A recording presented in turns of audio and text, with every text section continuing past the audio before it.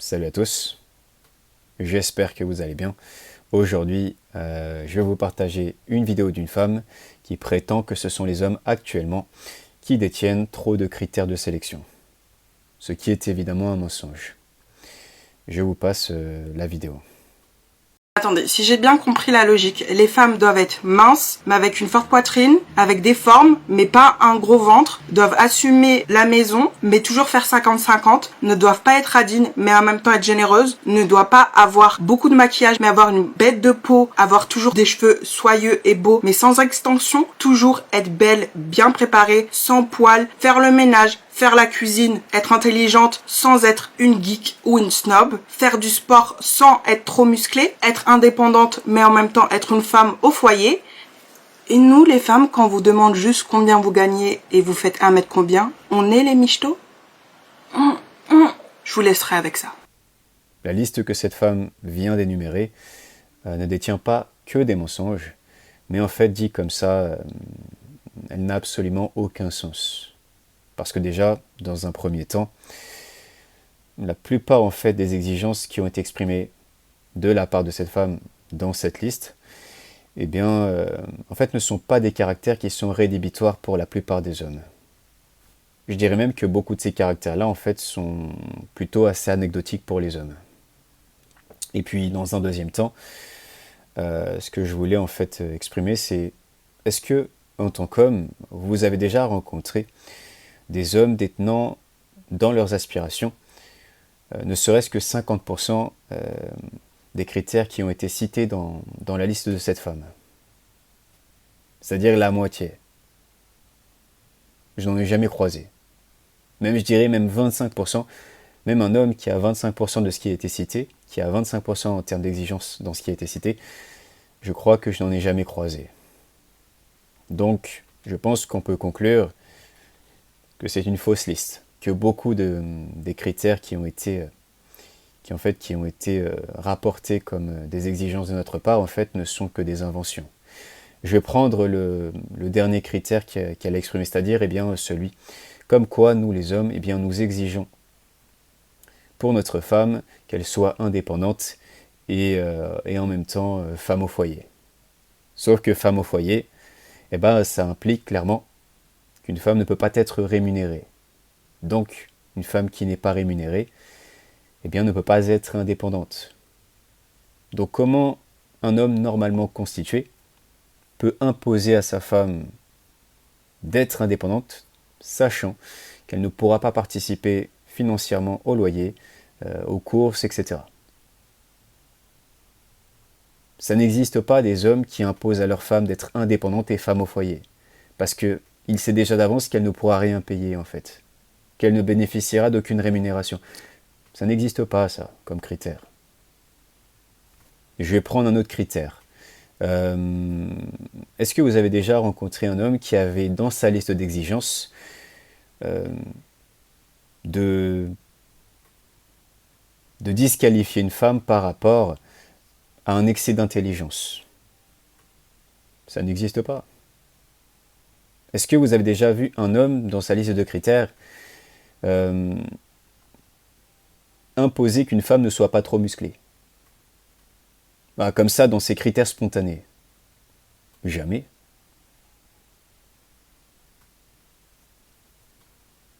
Est-ce que vous voyez beaucoup d'hommes imposer que la femme soit obligatoirement à la cuisine, fasse le ménage, etc., sachant que la majorité des hommes, ou en tout cas énormément d'hommes, sont autonomes, vivent seuls. Et sont eux-mêmes en fait les premiers à faire ça dans leur vie quotidienne. C'est-à-dire que aujourd'hui, je ne comprends pas comment, dans une situation où la majorité des hommes vivent seuls et sont autonomes, impose à la femme de s'occuper intégralement de la cuisine et de la propreté du foyer, etc. Ça n'existe pas. C'est pas vrai. Ce ne sont que des inventions. En fait, les critères, j'ai vraiment l'impression que beaucoup de critères qui ont été exprimés sont un peu tirés par les cheveux et sont inventés. Voilà, ce n'est pas vrai en fait. Et puis aussi, la manière de comment cette femme exprime nos exigences, eh bien, a comme insinuation en fait une généralité. C'est-à-dire ce à quoi les femmes font face généralement. Sauf qu'il n'y a même pas un homme sur deux déjà qui a ce genre de critères, mais il n'y a même pas un homme sur 50 qui a ce genre de critères. C'est du mensonge. Et puis ce qui est très étrange, c'est que nous apparemment les hommes, eh bien, nous avons toute cette multitude de critères. Et du côté des femmes, apparemment, il n'y aurait que 2 critères exigés à chaque fois. Qui sont, eh bien, la taille et l'argent. Donc, si je comprends bien, chaque femme peut se projeter ou tente de se projeter avec un homme seulement parce qu'il a une bonne taille et de l'argent. Bah oui, ça fait un peu michto, oui. Parce que je pense que quand on souhaite établir une relation avec quelqu'un, normalement, on est censé détenir des critères un peu plus profonds que de l'argent ou une question de taille. Donc oui, c'est vrai que ça fait un peu michto, oui. C'est un peu étrange. Et puis sérieusement, en réalité, les femmes, elles n'ont pas que 2 critères.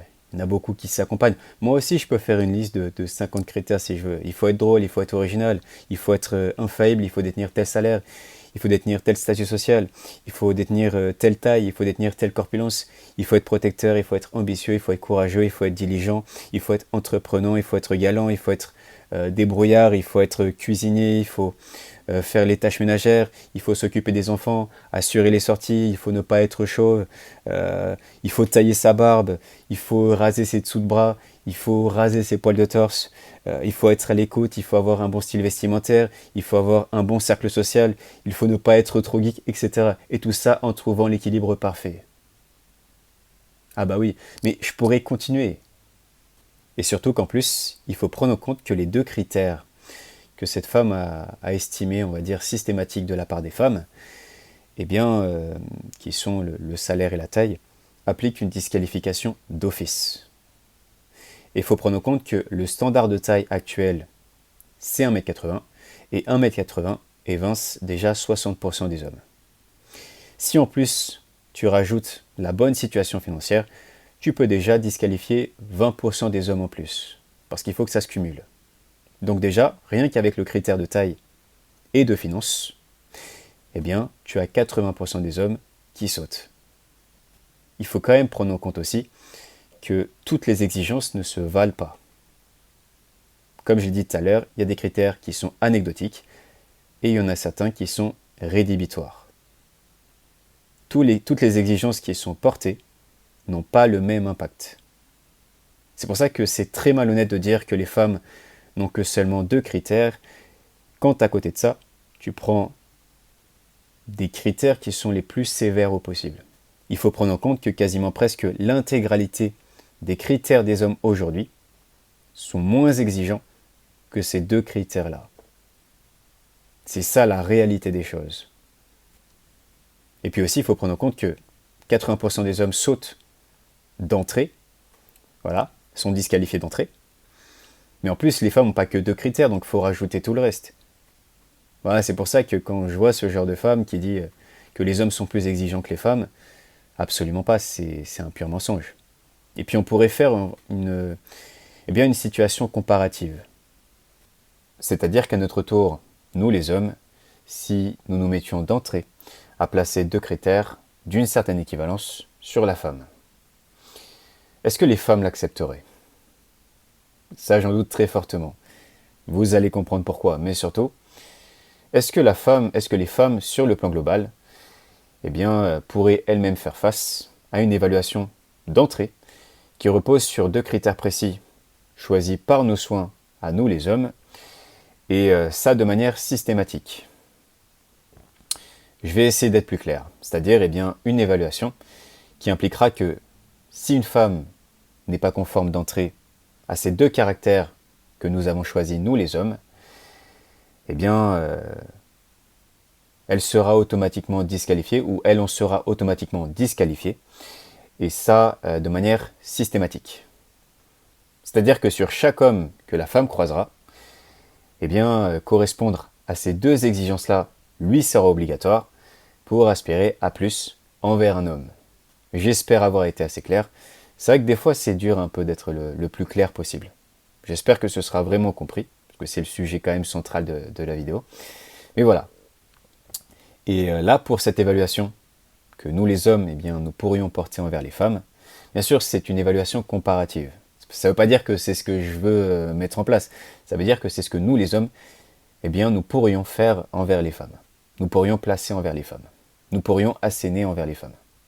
Voilà. Et je vais prendre comme premier critère un critère physique, comme c'est le cas pour nous. Et là, dans ce contexte particulier, je vais prendre la taille de poitrine. Et comme exigence sur ce caractère précis, c'est-à-dire eh bien, la mesure requise, comme c'est le cas pour la taille qui nous est imposée, eh bien moi je vais imposer un 90C minimum pour nous être acceptable. Voilà, une taille de poitrine de 90C minimum. Parce que c'est apparemment eh bien, la taille que les hommes préfèrent en général. Ni trop grosse, ni trop petite. Voilà. Ça ne veut pas dire que je valide, hein, c'est juste un exemple. Et donc je vais prendre comme deuxième critère comparatif eh bien, la bonne situation financière des hommes, le critère du nombre de partenaires sexuels d'une femme. La kryptonite des femmes modernes. Bah oui, parce que l'effort de la part de l'homme aujourd'hui se doit d'être ascensionnel, sachant que ça nous est imposé, hein, qui nous a demandé notre avis, à nous les hommes. Et donc, nous en retour, eh bien, nous allons imposer que l'effort de la part de la femme se devra d'être stationnaire. Et donc, en mesure comparative eh bien, à la bonne situation financière pour l'homme, l'exigence envers la femme se devra de ne pas dépasser les deux partenaires sexuels. Et si dépassée, eh bien, la femme en deviendra automatiquement disqualifiée. Comme c'est le cas pour nous les hommes, quand le montant proposé aux yeux des femmes est jugé insatisfaisant. Et bah ouais, c'est facile de juger les autres, mais par contre, être jugé, c'est plus dur. Ouais, nous aussi, on peut mettre des nombres partout. Les femmes aujourd'hui, elles se sont accordées la possibilité de pouvoir évaluer le nombre d'argent sur ton compte, de pouvoir aussi évaluer, on va dire, le nombre de centimètres de ton tour de bras, de ton dos, de tes épaules, etc. De pouvoir aussi évaluer eh bien, le nombre de centimètres de ton appareil génital, le nombre de centimètres de ta longueur corporelle, et j'en passe. Alors là, j'ai plus de trucs en tête, mais elles mettent des chiffres partout. Les femmes mettent des chiffres partout. Et bizarrement, quand nous, les hommes, on se met à porter la même évaluation, c'est les premières à se plaindre. C'est quand même assez marrant. Quand vient le tour aux hommes de pouvoir faire la même chose, de pouvoir mettre du nombre sur le cas des femmes, bah là, bizarrement, tu les entends plus. Ou si, tu les entends, mais dans le mauvais sens du terme. Comme c'est assez drôle quand même. C'est assez marrant. Mais bon. Je reviens à ce standard que nous pourrions, nous les hommes, eh bien, mettre d'entrée aux femmes. Donc si nous les hommes, eh bien, nous nous mettions en fait à placer comme critère d'entrée une évaluation impliquant un 90C, ainsi, un 90C minimum, hein, ainsi que 2 partenaires maximum. Combien de femmes resteraient-il? Combien de femmes sont conformes à ces 2 caractères-là réunis? Combien? Allez, peut-être 1 à 2%. Et encore, je suis gentil. Hein. Pourtant, il n'y a que 2 critères. Vous voyez, c'est pour ça qu'en fait, ce type en fait, de vidéos sont complètement biaisées. Parce qu'en réalité, quand tu analyses les réelles exigences des femmes, eh ben, tu te rends compte qu'en fait, avec seulement 2 critères, la plupart des hommes sautent. Toutes les exigences réunies des femmes eh bien, impliquent qu'à la fin, il ne reste plus rien. Il ne reste presque plus aucun homme, en fait, eh bien, détenant le potentiel, on va dire, conforme à ce qu'elles veulent. Parce qu'elles sont trop exigeantes. Parce qu'elles ont une vision, en fait, de l'homme qui est complètement irréaliste, complètement irrationnelle. Surtout qu'en plus, comme j'ai dit, hein, Mais c'est pas ces deux critères, c'est deux critères qui évincent 80% des hommes. Et après, il y a tout un complément de critères qui sont complètement absurdes, qui sont superficiaux. Mais bon, moi, ça me fait rire, hein. Je suis pas là en train de me plaindre, etc. C'est juste, je constate en fait. Je ne constate que tout simplement. Mais oui, la vérité, c'est que nous, les hommes, si on se met à faire la même chose, c'est-à-dire un 90 c'est minimum, ainsi que 2 partenaires sexuels maximum, eh bien, la plupart des femmes sautent. Il reste plus rien. Il reste plus rien chez les femmes. C'est pour ça qu'il y a beaucoup de femmes aujourd'hui qui sont orgueilleuses, mais en fait, hop, tu mets un critère et toute sa valeur, entre guillemets, saute. Mais bon, bref, c'était juste, en fait, j'ai fait cette vidéo-là juste pour, en fait, pour démontrer qu'il y a une malhonnêteté. J'ai vraiment beaucoup de mal à comprendre comment cette vidéo-là a pu trouver un public, quoi. Elle a pu être validée. J'ai regardé un peu les commentaires vite fait, je me suis dit, mais c'est c'est indéniablement faux, quoi. C'est factuellement faux, c'est un mensonge incarné, là. Ça me fait trop rire, je ne comprends pas. Qui galère le plus aujourd'hui pour trouver une relation sur le plan général entre hommes et femmes? Sincèrement. Parce que si je comprends bien des propos que cette femme a exprimés, c'est que les hommes actuellement ont bien plus de critères que les femmes, donc logiquement, les femmes ont moins de critères que les hommes. Mais pourtant, dans la réalité des choses, factuellement, il est beaucoup plus difficile pour un homme en comparaison à une femme, et bien sur le plan général, de trouver ou pour trouver un partenaire. Comment c'est possible ça? Comment c'est possible? Ben parce que c'est pas vrai. Parce que c'est l'inverse. C'est l'inverse, tout est faux là. Ce sont les femmes qui bombardent les hommes d'exigences complètement surréalistes. Je crois que je vais m'arrêter là. Merci à tous d'avoir écouté. Prenez soin de vous et Je vous laisserai avec ça. je vous laisserai avec ça.